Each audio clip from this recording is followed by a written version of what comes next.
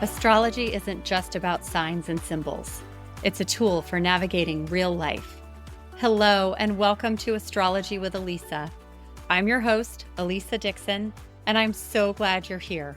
Let's dive in. Today, I'm sharing another conversation from NORWAC. This one is with Helena Woods. Helena has really made a name for herself in the world of astrocartography. And one of the things I love about her is how willing she is to share what she knows. And now I get to share a little of that with you. So here's my conversation with Helena.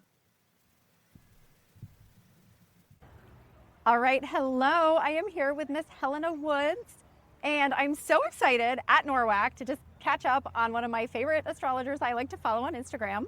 So this is like such an honor and a pleasure to talk with you. Oh, yeah. Hello. Hello. So I am really big about astrology and how it shows up in real life. So tell me, for you, how do you personally use astrology in your everyday life? I use electional astrology every day. So whether it's to schedule out my emails, my writing time, my client time, if am I going to get on an interview, do a Zoom meeting, if I'm going to post now or in 20 minutes from now, I use electional astrology, the chart of the moment, to help me make the best decisions for the most optimal, successful results. Oh my God, I love that. So what do you look for? Do you look to try to have a harmonious sun moon, or you look at the void? I always focus on the moon primarily, Okay. but trying to get something on an angle, like on the ascendant, descendant, midheaven if it's social media or posting. Is that why you picked 3 o'clock for today? No, I'm just No, kidding. no, it just ended up working this way. I love it. I love it. Okay, that's cool. I thought for sure you were going to say astrocartography. You know, For which every day, clearly... 'cause I'm not always traveling. Yeah. You know, I'm sometimes at home just Yeah, chilling. I yeah. use remote activation, but sometimes it's not something I do every day. Okay, I'm not familiar with remote activation. Yeah, remote activation. I have a whole class on it called Remote I will Activation. have to get it. Yeah, I will have it's to get free. It's a free class. It's Oh, all cool. about using the power of place no matter where you are, so you can get more success and have more ease and flow in your life without actually traveling. Oh my God, I love it. Yeah. Oh, wow. All right, I will definitely get that. Okay, so question number 2. Which planet has caused you the most chaos in your life? I would say probably Mars. Mars, yeah. Okay. Mars is my malefic. Every time something happens, whether it's a Mars square, Mars on an angle, Mars on my sun, there's some problem or fire that I have to put out. Got it. Whether it's like I get a burn on my face and it takes a week to heal, whether it's I have a conflict with someone that I'm working with or a client, there's an issue with a client that happens that day at that time. Wow. Mars always creates problems for me in my life. And Wow. I have a day chart too, so Mars is my malefic. so that contrary makes to fact. sense. Okay, interesting. All right, Mars. Yeah. Okay. All right, and then what is your favorite astrology topic to talk about lately? Absolutely, hands down, astrocartography and locational astrology. The power of place is real, and we have really powerful places in the world that can help support us in our life, or places that we maybe shouldn't be traveling to. I can't tell you the amount of times I've heard from clients or my friends that have had horrible experiences in parts of the world, and it's like, oh, yep, that was on that line or at that latitude of where you went. But there's stories and events that happen in our lives, and they're at specific locations in your astrocartography map, your relocation chart. And not only that, but the timing of these places, the transits and the progressions that hit these locations in the world can really bring new stories in your life. And I'm on a mission to bring this information to the public and make it more mainstream. Wow, that's cool. All right, so I have to ask your opinion. Yeah. I have Pluto on my midheaven at Okay. birth. Uh-huh. And I noticed, and I Uh-huh. grew up in Connecticut, and now I live in Ohio, and I noticed that whenever I travel back to Connecticut, I definitely feel a little more intense. Yeah. Like, so is that basically dead Pluto on? is transformation. It's disruption in that Plutonian intense way of transformation. It's upheaval, can be. Power, though, it also represents influence, can be wealth. I've seen most of my most successful clients have Pluto prominent in some part of their chart. Pluto MC is big for government officials. Have you ever worked for the government, No. politics? Town government when I was in high school, and I hated it. Built policies or built something that affects a large amount of people. I've had clients that literally write policy for government, write policy Wow. for universities across the Northeast. Like, can be very powerful for your career. Interesting. Yeah. Okay, cool. Yeah. Well, awesome. Well, thanks so much. This was so fun. Yeah. And I appreciate you taking some time. Yeah, and totally. chatting with me. Super yeah. fun. Awesome. Thanks for having me on. All right. See ya. Yay. Bye. Helena was so sweet and so smart. One of the things that really stood out to me was hearing Helena talk about using electional astrology every single day. Not just for major life events, but for all kinds of things. Deciding when to write, when to send emails, when to meet with clients, and even when to post on social media. And you guys, she is really good with her social media. Tons of followers and tons of engagement. I had honestly never thought about using electional astrology to plan social media posts before. I mean, I've definitely asked ChatGPT when is the best time to post this or that, but now I'm thinking maybe I should be asking the moon instead. I love that idea.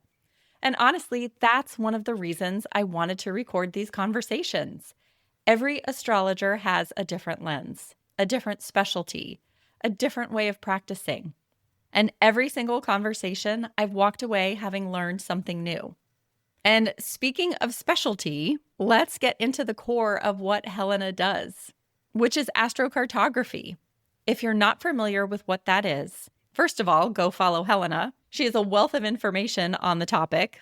But in a nutshell, astrocartography is a way of projecting your birth chart onto the Earth, showing where each planet's energy is emphasized depending on where you are in the world. It's the power of place, as she said. Now, I personally have only scratched the surface when it comes to astrocartography. I know enough to read my own map, and I've played around with it, but it's definitely an area I want to study more deeply. Because I absolutely believe the place you're standing matters. A couple of summers ago, I happened to be vacationing almost exactly on my Neptune line. While I was there, I absolutely felt like my intuition was really heightened. One day, I was at a diner with an old country store attached to it, and one of the vintage televisions suddenly turned on and started playing I Love Lucy. Immediately, I knew it was my grandmother from the other side, because Lucy is one of her signs she sends me to let me know she's with me. We used to watch I Love Lucy together all the time when I was young. So in the diner that day on my Neptune line, I just stood there smiling, watching the show for a few minutes, feeling her with me. And it felt like magic. Months later, a psychic medium validated this for me. She independently brought up that exact diner and shared another message for me from my grandmother. So all of that was Neptune energy. Neptune blurs the line between the physical and the spiritual. And being on my Neptune line helped me experience that energy stronger than usual. And there's more to that story, which I shared in another podcast episode. So I'll put the link to that one in the show notes if you'd like to hear more about that experience. But I know astrocartography works. And when Helena mentioned her free class on remote activation, that immediately caught my attention. The idea that we might intentionally work with the energy of place without having to get on an airplane, that's fascinating to me. And I'll definitely be checking that out. Now, just weeks after I met Helena at NORWAC, we had all kinds of buzz and controversy in the astrology community surrounding the use of the term astrocartography. You may have heard about it, but if you didn't, one of Helena's former students sent her a cease and desist, trying to prevent her from using the term astrocartography, which is honestly pretty outrageous and incredibly disappointing. Astrology has always grown because people teach and share and inspire one another. That's exactly what Helena did in this conversation with me. She shared ideas that have helped her, and now they've sparked new ideas for me. That's how this community should work. And it really does. When this all happened, it was amazing to see the astrology community come together in a pretty big way. People supporting one another, speaking up, circulating petitions we could sign to protest and block this cease and desist. And I signed them because I believe knowledge should be shared, not guarded. And throughout this whole thing, I was so proud to be a part of the astrology community. So definitely check out the show notes. I'll put Helena's website and her Instagram in the show notes. If you're interested in astrocartography, I think you'll really enjoy following her work. As always, I love and appreciate you all. Thanks again for listening. Take care, and I'll see you next time. Hey, Astro friends, if you enjoyed this episode, please share it with a friend, follow the show, or leave a review. Let's keep growing this beautiful little community together.